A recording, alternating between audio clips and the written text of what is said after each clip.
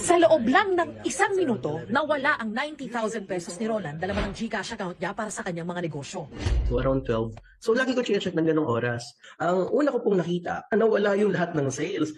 Sa transaction history ni Roland, tumambad ang mahigit 40 sunod-sunod na pagpapadala ng pera.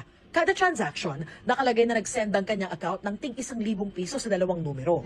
Nakalampag ako. Alam ko na huwag ka magpipindot ng link, huwag ka magsasend ng OTP kung kani-kanina. Nasa 20 pesos na lang natira sa GCash account ni Roland. Agad siyang nagsumbong sa GCash at Muntinlupa Police. Ang college student na si Princess, nagulat na lang din daw na nawala ng laman ng kanyang account. Ika-cash out po dapat ni Papa yung pera, which is dapat nga po mapagawa po ng bahay namin. Pandagdag, nag-try akong i-call yung number po ng nasendan.